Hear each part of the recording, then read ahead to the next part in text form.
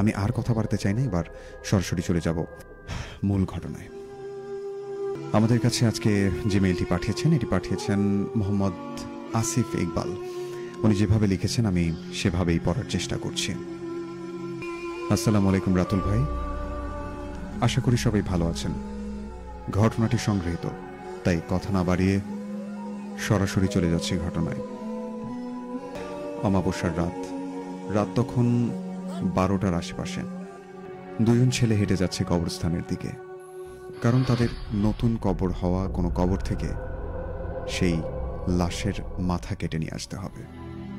আপনারা হয়তোবা অনেকেই ভাবছেন রাতের বেলা ছেলে দুটো কবরস্থানে লাশের মাথা কাটতে আসছেই বা কেন। শোনেন তাহলে। এই ছেলে দুটো খুব ভালো বন্ধু। পরিবেশ ও পরিস্থিতিতে খাপ খাওয়াতে না পেরে দুজনেই বেছে নেয় অন্ধকার এক জীবন। দুজনের মাথাতেই আসে জিন বশ করার এক ভয়ঙ্কর নেশা। জিন বশ করার নেশা ও কবিরাজি শিখতে দুজনে একজন কবিরাজের কাছে চলে যান। সেই কবিরাজের কাছে যাবার পর উনি শুরুতেই না করলেও অনেক অনুরোধের পর কবিরাজ যেন তাদেরকে শিষ্য বানায়, এই জন্য উনি প্রতিশ্রুতিবদ্ধ হন এবং তাদেরকে কাজ শেখানোর জন্য তিনি রাজি হন। কিন্তু তিনি রাজি হয়েছেন ঠিকই, খুব কঠিন কিছু শর্ত দেওয়া হয় তাদেরকে মোট 3টি শর্ত দেওয়া হয়েছিল। প্রথম যে শর্তটি ছিল সেটি হলো অমাবস্যার রাতে কোনো এক কবরস্থান থেকে লাশের মাথা কেটে নিয়ে এসে সেই কবিরাজকে দিতে হবে। আরও একটি বিষয় আমি শ্রোতাদের উদ্দেশ্যে বলে রাখি, এটি হচ্ছে বেশ বড় একটি মেইল হতে চলেছে, তাই আপনারা খুব ধৈর্য সহকারে শুনবেন এবং মনোযোগের সাথে শুনবেন। আমি ফিরে যাচ্ছি মেইলে।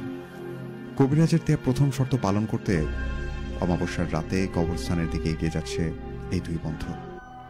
একজনের নাম শাহাদাত এবং আরেকজনের নাম জয়নাল। অমাবস্যার রাত, গ্রামের রাস্তা একদম ফাঁকা, কেমন যেন একটা গা ছমছমে পরিবেশ। শাহাদাত এবং জয়নাল দুজনেই এক দৃষ্টিতে হেঁটে চলেছে কবরস্থানের দিকে। এরা দুজন যখন কবরস্থানের পাশে চলে আসে, ঠিক তখনই পেছন থেকে একটা আওয়াজ ভেসে আসে। আওয়াজটা ছিল এরকম, এখান থেকে চলে যা, বাঁচতে চাইলে চলে যা। পেছন থেকে এমন আওয়াজ পেয়ে শাহাদাত ও জয়নাল দুজনেই পেছনে ঘুরে তাকায়, কিন্তু পেছনে তো কেউ নেই। তাহলে আওয়াজটা আসলেই বা কোথা থেকে? এমন প্রশ্ন দুজনের মনে করতে থাকে। পেছনে কাউকে না দেখে দুজনেই কবরস্থানের একেবারে কাছে চলে আসে এবং দেয়াল টপকে কবরস্থানের ভেতরে প্রবেশ করে। কবরস্থানে ঢুকে দুজনেই খুঁজতে থাকে নতুন কবর, মানে কয়েকদিনের মধ্যেই মারা গেছে এমন একজন ব্যক্তির কবর। এমন একটা কবর খুঁজতে খুঁজতে দুজনে একটা সময় একটা নতুন কবরের সন্ধান পেয়ে যান। কবরটা দেখে একেবারে নতুন মনে হচ্ছিল, তাই শাহাদাত এবং জয়নাল খুব বেশি দেরি না করে সেই কবরের মাটি সরাতে থাকে। এদিকে মাঝে মধ্যে এদিক সেদিক তাকিয়েও দেখে কেউ আসছে কিনা। কবরের মাটি সরাতে সরাতে একটা সময় মাটির নিচ থেকে বাঁশগুলো বের করেন, আর বাঁশগুলো সরাতে সরাতে দুজনেই দেখতে পায় কবরে একটি লাশ রাখা। লাশটি একটি বৃদ্ধ লোকের লাশ। লাশটা দেখে জয়নাল শাহাদাতকে বলে, এই শাহাদাত, যা নিয়ে আয় লাশের মাথাটা। জয়নালের কথায় শাহাদাত বলে, আমার তো ভয় করছে রে, তুই নাম কবরে, মাথাটা কেটে নিয়ে আয়। এভাবে ফিসফিসিয়ে কথা বলছে দুজন। শাহাদাতের কথায় জয়নালের রাগ হয়। সে রাগ করে বলে, ভয় নিয়ে কাজ করলে কি আর কবিরাজি শেখা যাবে? দে হাতিয়ারটা দে আমাকে, আমি লাশের মাথা কেটে নিয়ে আসি, তুই উপর থেকে দেখ কেউ আসে কিনা। কথাটা বলেই জয়নাল নেমে যায় কবরের ভেতর। জয়নাল যখন কবরের ভেতর নামে, উপর থেকে শাহাদাত তখন দেখতে পান 4 থেকে 5টা শেয়াল ওদের দিকে এগিয়ে আসছে। এই দিকে শাহাদাত বলে, জয়নাল, এই জয়নাল, ওই দেখ আমাদের দিকে কয়েকটা শেয়াল এগিয়ে আসছে। ওদিকে কবরের ভেতর থেকে জয়নাল বললেন, চুপ করে থাক, শেয়ালই তো, এমন কি আর একটা লাঠি দিয়ে ভয় দেখা পালিয়ে যাবে। জয়নালের কথায় শাহাদাত চুপ করে ওই শেয়ালগুলোর দিকে তাকিয়ে থাকে। এদিকে শেয়ালগুলো আস্তে আস্তে কিছুটা কাছে চলে আসায় শাহাদাত দেখলেন শেয়ালগুলো সাধারণ শেয়ালের থেকে অনেক বড়। শেয়ালগুলোর চোখ আগুনের মতো জ্বলজ্বল করছে, আর দাঁতগুলো অনেক বড় এবং ছুচালো। এমন অদ্ভুত রকমের শেয়াল দেখে শাহাদাত ভয়ে জয়নালকে বলল, জয়নাল, একবার উপরে তাকা, আমার মনে হয় এগুলো সাধারণ কোনো শেয়াল না। এই কথা শুনে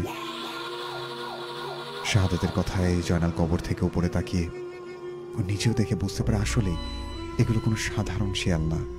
বিষয়টা বুঝতে পেরে জয়নাল বললেন, শাহাদাত, কি করব? জয়নালের কথায় শাহাদাত বললেন, চল পালাই, আগে জীবন আগে বাঁচাই। কথা বলে দুজনে পালাতে যাবে, তখনই শুরু হয় এক ভয়ঙ্কর ঘটনা। পালানোর জন্য যখনই জয়নাল কবর থেকে উঠতে যাবে, তখনই কবরের ভিতর থেকে কে যেন জয়নালের পাটি টেনে ধরে। জয়নালের পা টেনে ধরায় জয়নাল ভয়ে চিৎকার করতে থাকে। জয়নালের এমন অবস্থা, উপর থেকে শাহাদাত জয়নালের হাত ধরে টানতে থাকে। কবরের ভিতর থাকা অবয়বটা কোনোভাবে জয়নালের পা ছাড়ছে না। এদিকে উপরে থাকা হিংস্র ভয়ঙ্কর শেয়ালগুলো এগিয়ে আসতে থাকে ওদের দিকে। এমন অবস্থায় উপরে থাকা শাহাদাত জয়নালের হাত ধরে শরীরের সমস্ত শক্তি দিয়ে টানতে থাকে। জয়নালও কবর থেকে ওঠার জন্য শরীরের সমস্ত শক্তি প্রয়োগ করে। এমন অবস্থায় কবরের ভিতরে থাকা অবয়বটি জয়নালের পা ছেড়ে দেন। জয়নাল কবর থেকে উঠে পড়ে। জয়নালের উপরে ওঠায় শাহাদাত ও জয়নাল সেখান থেকে এক দৌড় দেন। ওদিকে তাদের পেছন পেছন দৌড়াতে থাকে সেই ভয়ঙ্কর শেয়ালগুলো পেছন পেছন দৌড়াচ্ছে আর ভয়ঙ্কর রকমের আওয়াজ করছে। মনে হচ্ছে শাহাদাত ও জয়নালকে পেলে ছিঁড়ে খাবে এখনই। এদিকে প্রাণের ভয়ে দৌড়ে চলেছে দুজন। দৌড়াতে দৌড়াতে দুজনই যখন বাড়ির কাছে আসতেই পেছনে ফিরে তাকালেন। পেছনে ফিরে দেখতে পেলেন কোথায় যেন চলে গেছে সেই শেয়ালগুলো, আর পিছু করছে না। শেয়ালগুলোকে দেখতে না পাইয়ে জয়নাল ও শাহাদাত একজন আরেকজনকে বলতে থাকে, বেঁচে গেলাম রে, শেয়ালগুলো কি ভয়ঙ্করই না ছিল। ওগুলো শেয়াল না অন্য কিছু, কে জানে। আচ্ছা, এসব চিন্তা বাদ দে, যা এখন বাড়ি যা, অনেক রাত হয়েছে, কাল কথা বলবো। এভাবেই জয়নাল ওর বন্ধুর উদ্দেশ্যে কথাগুলো বলল। জয়নালের কথায় শাহাদাত বাড়ি চলে গেলেন এবং জয়নাল এদিকে বাড়িতে চলে আসলেন। রাতে কথা মতো পরের দিন দুজনেই দেখা হলো। দুজনের দেখা হতে শাহাদাত বললেন, জয়নাল, কি করবি এখন? গত রাতে তো কবরস্থানে গিয়ে লাশের মাথাটা কেটে আনতে পারলাম না। আমরা যে ব্যর্থ হয়েছি এটা যদি কবিরাজ জানে, তাহলে তো আমাদের আর কোনোদিনই কবিরাজে শেখাবে না। আমাদের স্বপ্নটাও আর পূরণ হবে না কখনো। জয়নাল বলল, ঠিক বলেছিস, তাই দেরিতে হলেও আমাদের কবিরাজের কাজটা সম্পূর্ণ করতে হবে। শাহাদাত বলে, মানে কি করব তাহলে?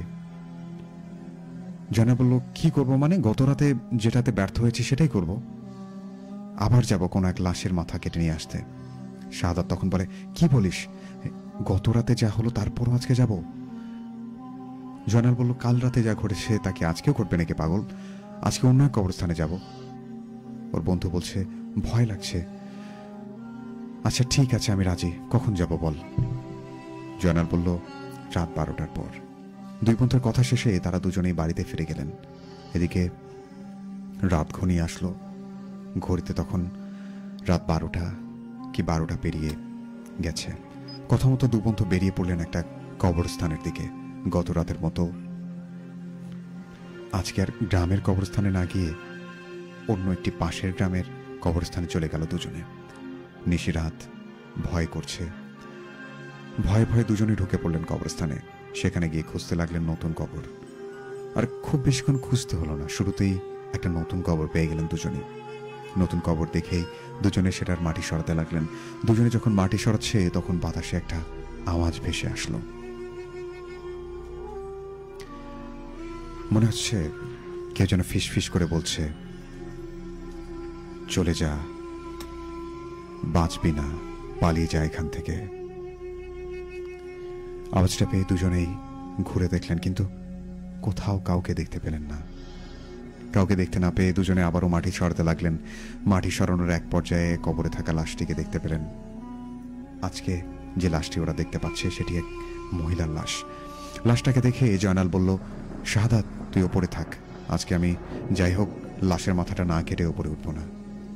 কথাটা বলেই কবরে নেমে পড়ে জয়নাল, আর কথা মতো কিছুক্ষণের মধ্যেই কবরের মধ্যে থাকা লাশের মাথাটা কেটে উপরে চলে আসলেন। গত রাতের মতো আজকে আর কোনো শেয়াল বা পা ধরে টানাটানি এরকম ঘটনা ঘটল না।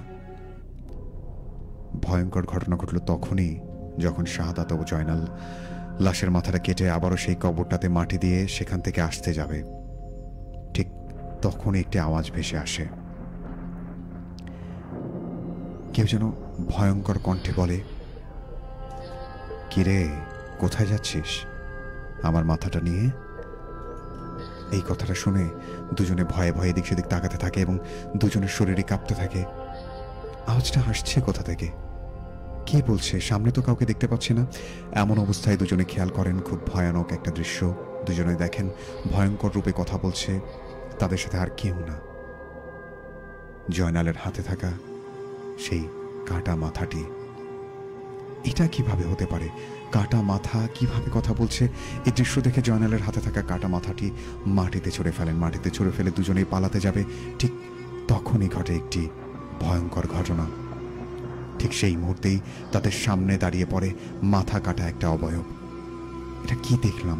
মাথাবিহীন শরীর কিভাবে দাঁড়িয়ে আছে, কিভাবেই বা হাঁটছে কিছু না দেখে। এই দৃশ্য দেখে শাহাদাত সেখানেই জ্ঞান হারিয়ে পড়ে যান। শাহাদাত জ্ঞান হারিয়ে পড়ার পর তার সামনে পড়ে থাকা মাথাটি, সেই মাথাবিহীন অবয়বটা জয়নালের দিকে ধীরে ধীরে এগোতে শুরু করে। ঠিক তখনই শাহাদাতের মতো জয়নালও মাটিতে গড়িয়ে পড়েন।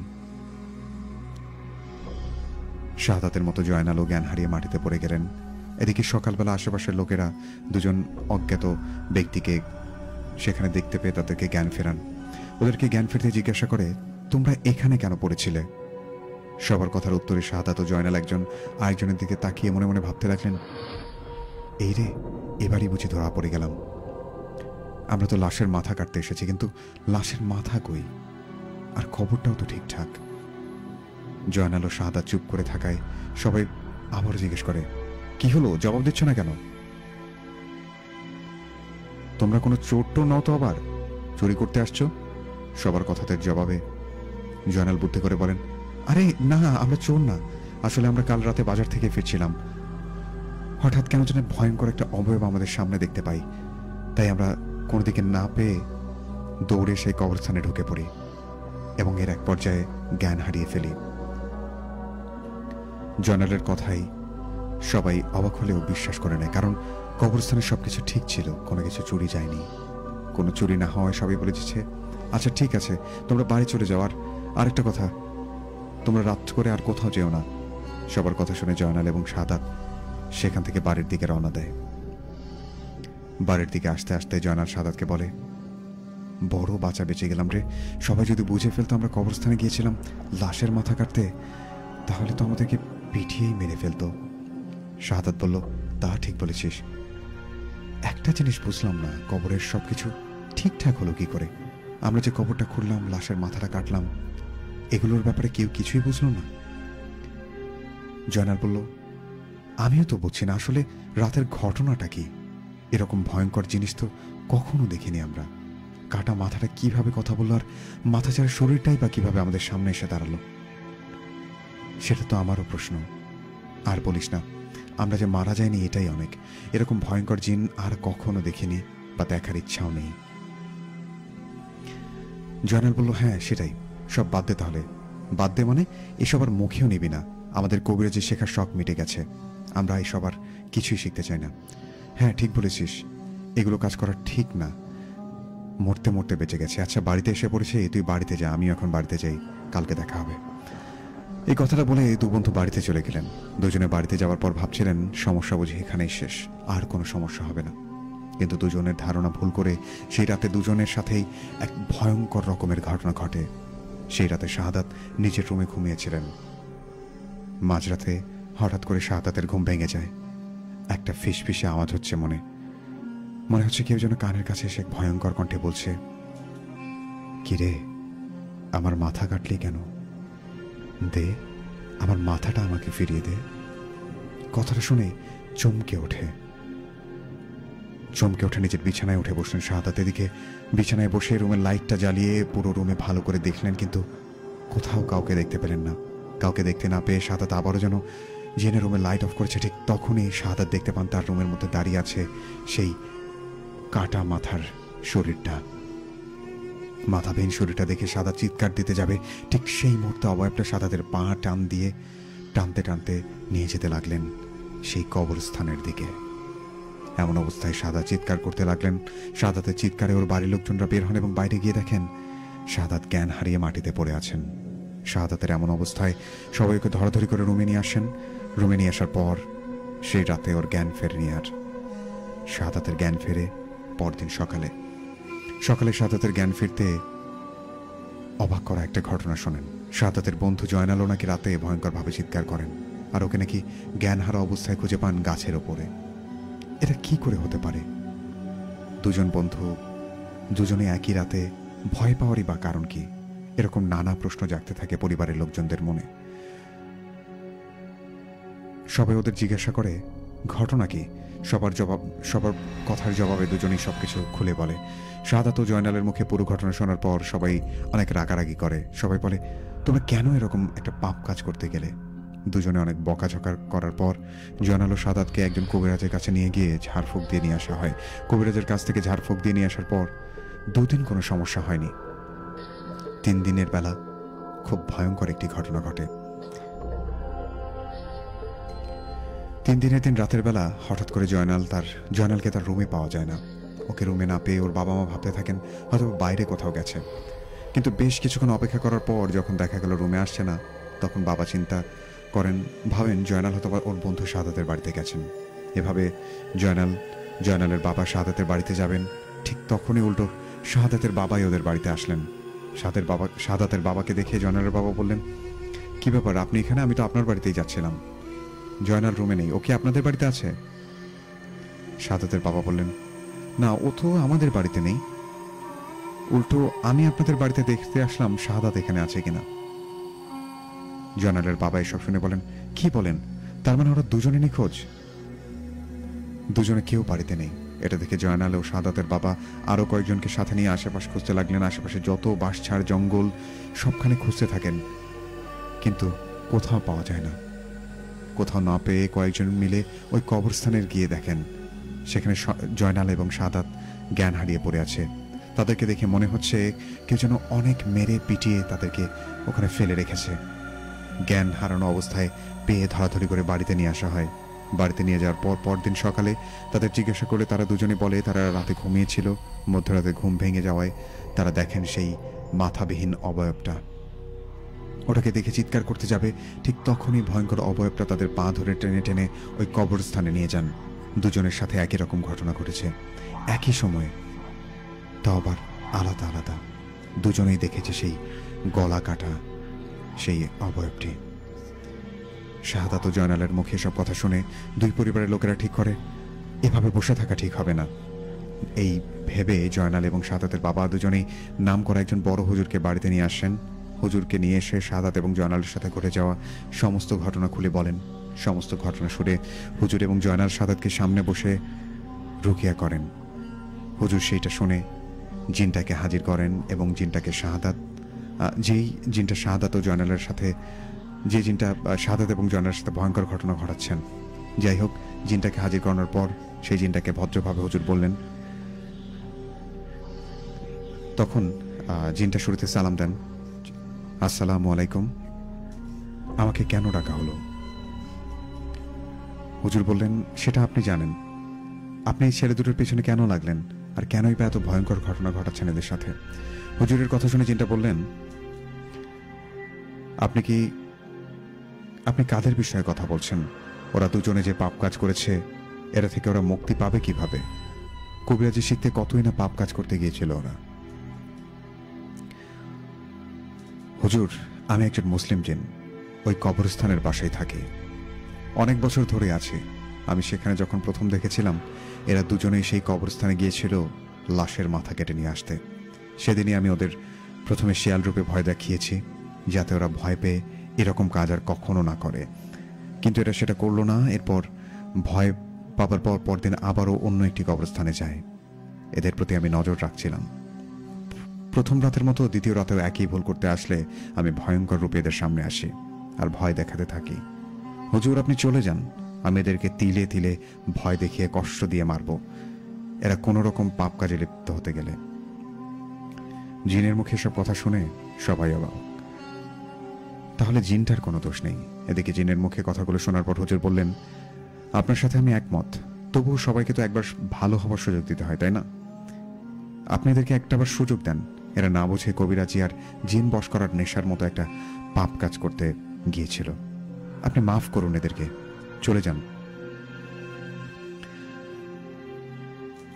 জিনটি আবার বলে, হুজুর, আপনি অনেক জ্ঞানী মানুষ, আপনাকে সম্মান করে আপনার কথায় আমি রাজি হলাম। আমি এদেরকে ছেড়ে যাব, কিন্তু ওদের তওবা করে ভালো পথে ফিরে আসতে হবে। আর কখনো যদি এরকম ভুল করতে যায়, কখনো যদি এদের খারাপ উদ্দেশ্যে কবরস্থান বা এর আশেপাশে দেখি, ওদেরকে মেরে ফেলব। কথাটা বলে হুজুরকে সালাম দিয়ে জিনটা চলে গেল। জিন চলে যাবার পর হুজুর শাহাদাত এবং জয়নালকে বললেন, দেখলে তো জিনটা কি বলল? আমি আর নতুন করে কি বলবো, শুধু এটাই বলবো, তোমরা তওবা করে ভালো পথে ফিরে এসো, এরকম কাজ আর কখনো করতে যাবে না। এই কথাগুলো বলে হুজুর চলে গেলেন। এদিকে হুজুর চলে যাওয়ার পর জয়নাল এবং শাহাদাত ওদের বাড়ির লোকরাও দুজনকে বোঝালেন। ওদেরকে বললেন এসব কাজ যেন আর জীবনেও না করে। পরিবারের সবার কথায় জয়নাল এবং শাহাদাত এরাও সবাইকে কথা দেন আর কখনো কবিরাজি সেখানে নেশার মতো একটা পাপ কাজ করবেন না, বা কবরস্থানে যাবে না কখনো লাশের মাথা কেটে নিয়ে আসতে।